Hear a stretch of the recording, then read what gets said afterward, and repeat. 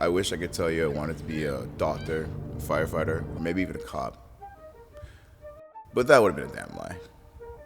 I just want to be the biggest, baddest, strongest guy out there. I want nothing but respect, and I didn't care if it was fear related. Most people wanted peace. I wanted problems, always.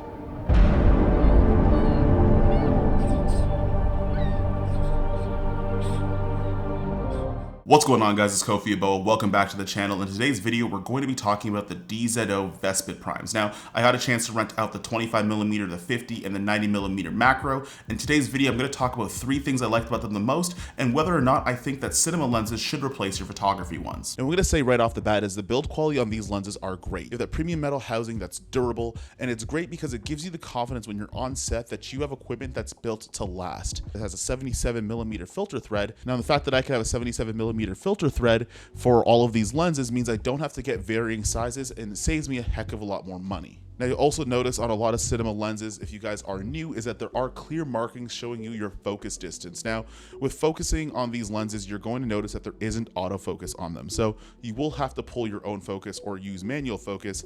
And you could use things like your hand, or you could use things like a follow focus. If you're someone that hasn't done that before, I have a solution for you, and it might actually help you if that's your first time. All right, so this guy is the Tilta follow focus ring with hard stops. So when you're looking for them, you want to find the one with the hard stops on it if you want to use this trick. So there's actually little screws on the side here, and you could actually screw these guys in for your closest focus on your range and your farthest focus. So if I just screw in these guys right here, based on the markers I have on the lens, when I'm manual focusing, it'll hit that screw on the farthest side, and then it'll also hit the screw on the back end on the closest side, making it a lot easier to manual focus.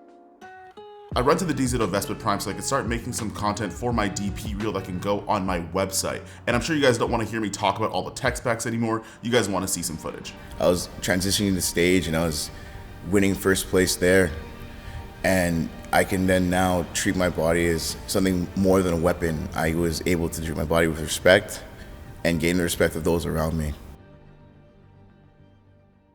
Now, after getting to know these lenses, after getting to shoot them for a little bit, I'm honestly going to say these lenses are fire. It sits between one of your vintage lenses and something like a Sony G Master lens without having an overly done look, but also not looking like I shot this 40 years ago. Now, I don't think nowadays there's such a thing as a bad lens. I think instead of judging things by image quality, I think it's more image characteristics. And these have a great highlight roll off, which basically just means that the lighter part of the images to the darker ones has a better transition, and the darks aren't super dark and the brights aren't super bright. Also, I really like the color that was coming out of these guys without having to do a lot of grading to it. I've shot at this gym a bunch of times before, and the look and the feel when I was shooting with these lenses was just a little bit different and really pleasing to the eye, and I had a really good time with these lenses. Now, no lens is perfect, and the Vespid Primes do suffer from a little bit of chromatic aberration, which is some color fringing in the highlights. Now, to be honest, you could fix those things in post, and I didn't really notice, but in full transparency and just being able to say that these lenses aren't totally perfect, it is present and it is there. Now, that still begs the question of whether or not you should replace your photography lenses with more of the cinema lenses like the DZO Vespid Primes.